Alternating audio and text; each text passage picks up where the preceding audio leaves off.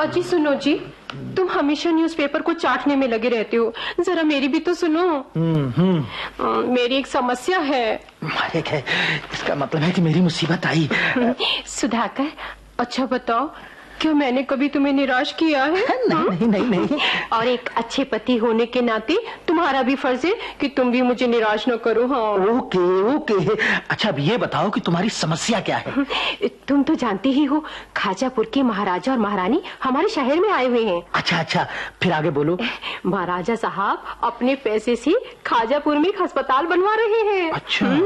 वो उदार हैं, इसलिए दूसरी संस्थाओं को इस अस्पताल में निर्माण के लिए दान देने की इजाजत भी दे रहे हैं। अरे वाह, इसमें संदेह नहीं कि वो बहुत ही उदार हैं। हिज हाइनेस ने हमारे महिला मंडल की कार्यकारिणी समिति की 2 मेंबर्स अंबिका और लक्ष्मी से इस विषय में बातचीत की है। अच्छा, लेकिन हिज हाइनेस ने मुझसे जिक्र तक नहीं किया। अरे ये तो अच्छा ही हुआ, तुम्हें अपने भाग्य को सराहना चाहिए कि उन्होंने तुम्हें इस पचड़े से दूर ही रखा। लेकिन मैं अपमानित महसूस कर रही हूँ जी।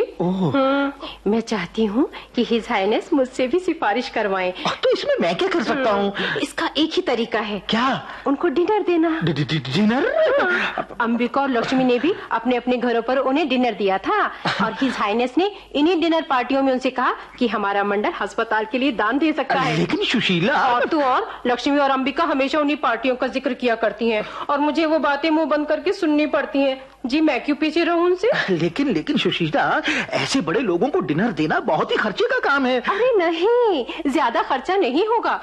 बस किसी अच्छे होटल से खाने की चीजें मंगवा लेंगे और थोड़ी ड्राइंग रूम की सजावट सुधार लेंगे। और कहीं से थोड़ी देर के लिए बढ़िया फर्नीचर किराए पर ले आएंगे। किराए पर? और अब रही बात मेरी पोशाक की, तो सोचती हूँ कि खाजापुर की किसी महिला की पोशाक पहन लूंगी।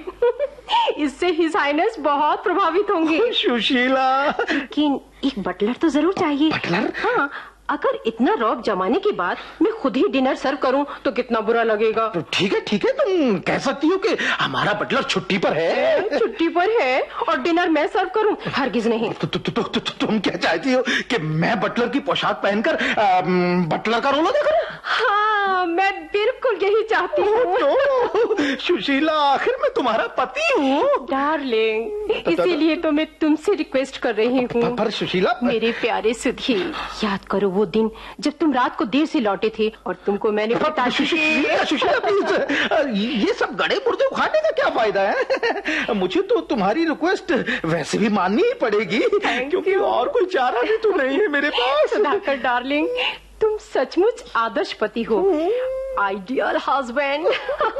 बस तुम्हें बटलर की पोशाक पहनकर थोड़ी देर के लिए डाइनिंग टेबल के चारों तरफ जरा चक्कर ही तो काटना है। अब तो ये वक्त ही बताएगा कि मुझे क्या करना है। सुधाकर, अजी सब कुछ ठीक ठाक लगा दिया है ना? हाँ, लगा दिया है। मुझे तो बड़ी घबराहट हो रही है, पता नहीं कब वो लोग आ जाए। मुझे तो तुमने नौकर बना के रख दिया है।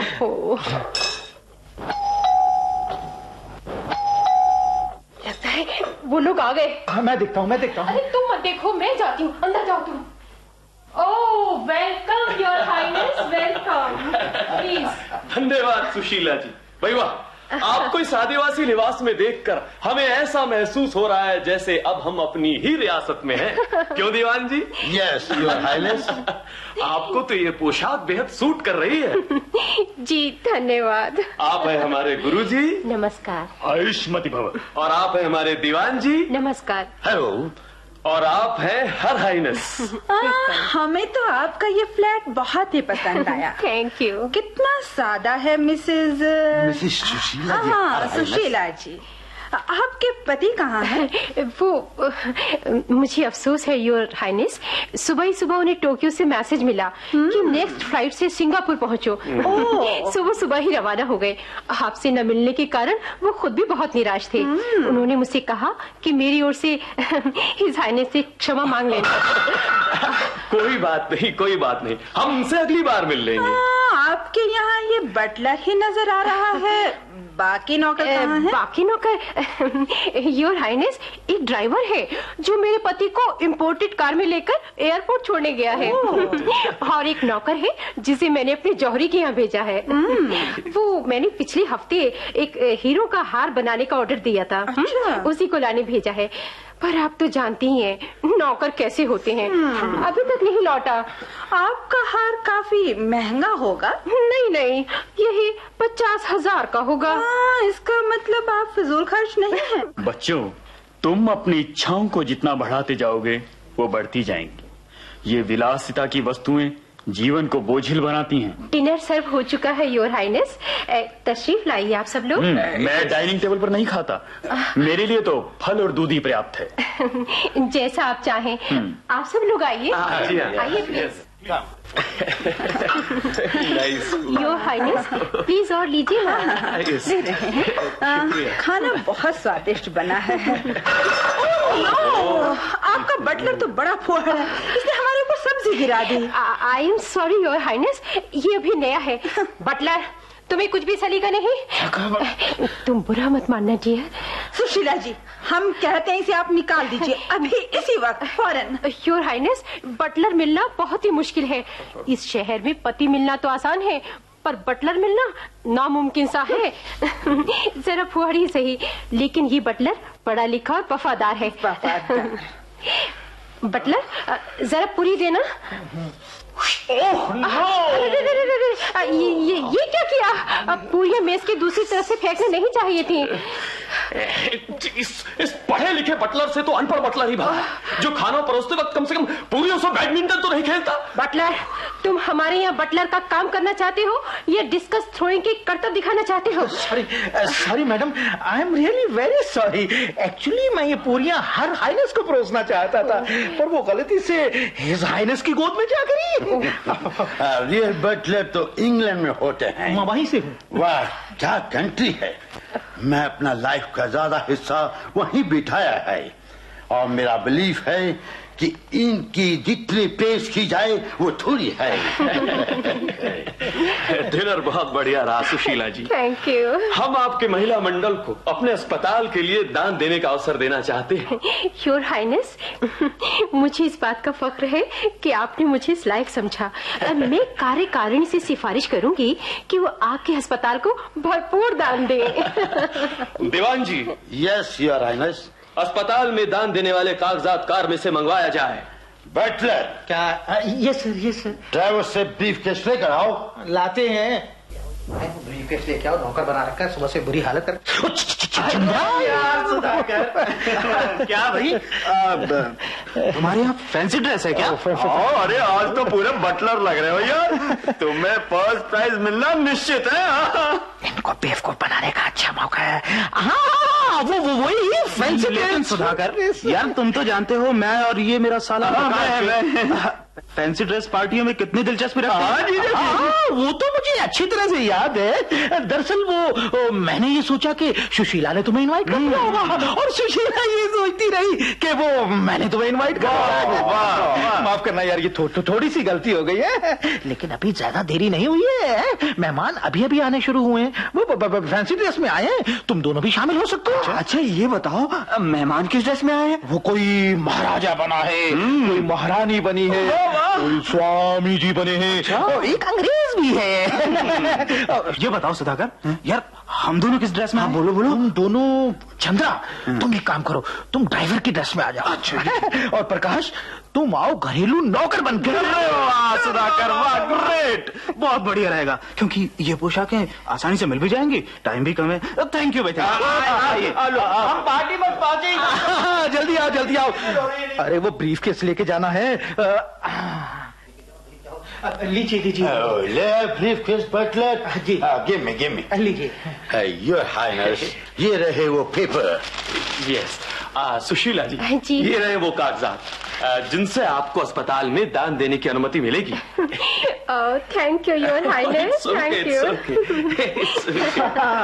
तो पार्टी खूब जम रही है बटलर साहब। कैसा बदतमीज ड्राइवर है। ड्राइवर, एयरपोर्ट से तुम इतना लेट क्यों आए हो? क्या तुम्हें पता नहीं था कि बहुत बड़े मेहमान आ रहे हैं? मैं ड्राइवर? हाँ ड्राइवर, इधर आओ, तुम्हें समझाता हूँ।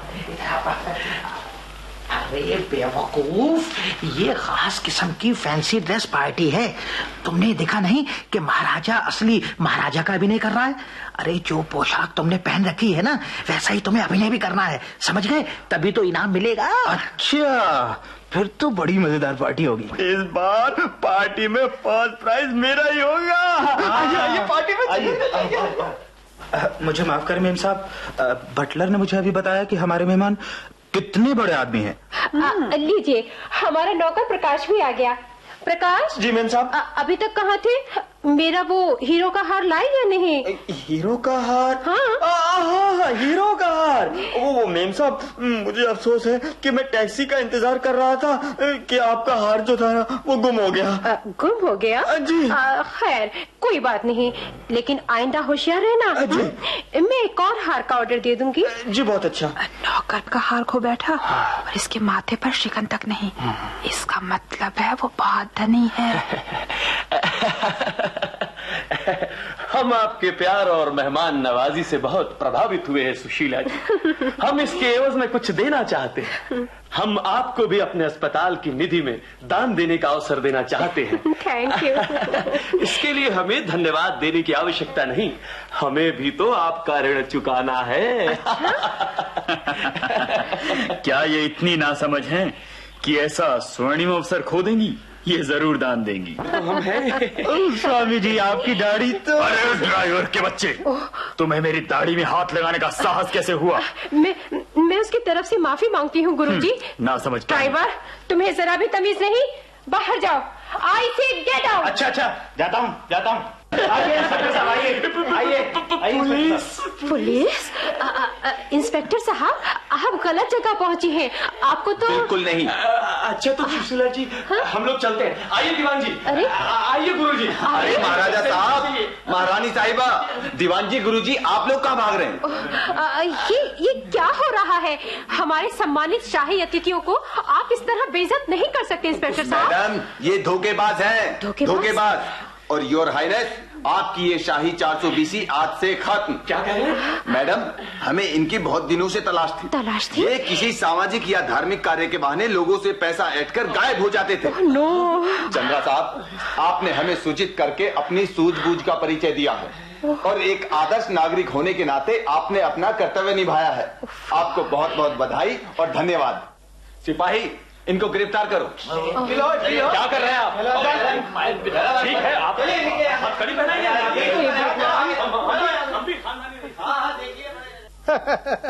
देख लिया मेम साहब। पर यार चंद्रा, ये तुम्हें कैसे मालूम हुआ कि? अरे यार सुधाकर, वो हुआ यूं कि मैंने जब स्वामी जी की दाढ़ी पर हाथ फेरा तो वो उखड़ गई। मुझे उनका बेनकाब चेहरा नजर आया। अच्छा। मुझे लगा मैंने इसे कहीं देखा है। फिर याद आया कि अखबारों में देखा था। वो उसी गिरोह का सरगना था जो लोगों से दान के नाम पर रुपए वसूल कर फरार हो जाया करता था। मैं फौरन बाहर गया और पुलिस को फोन कर दिया। वाह चंद्रा, वाह, really you are great. Chandra भाई साहब, आपने तो मेरी आंखें खोल दी, वरना इन उच्चक्कों को मैं तो सचमुच की महाराजा समझ रही थी। जरा सोचो, इन बदमाशों को खुश करने के लिए मुझे बटलर और तुम्हें ड्राइवर बनना पड़ा। Oh Sudhakar dear, I am really very sorry. Chandra भाई साहब, आप मुझे माफ करें ना। अरे कोई बात नहीं भाभी, कोई बात नहीं। चंद्रा यार, कुछ भी हो, आज के फर्स्ट प्राइज के हकदार तो तुम ही हो।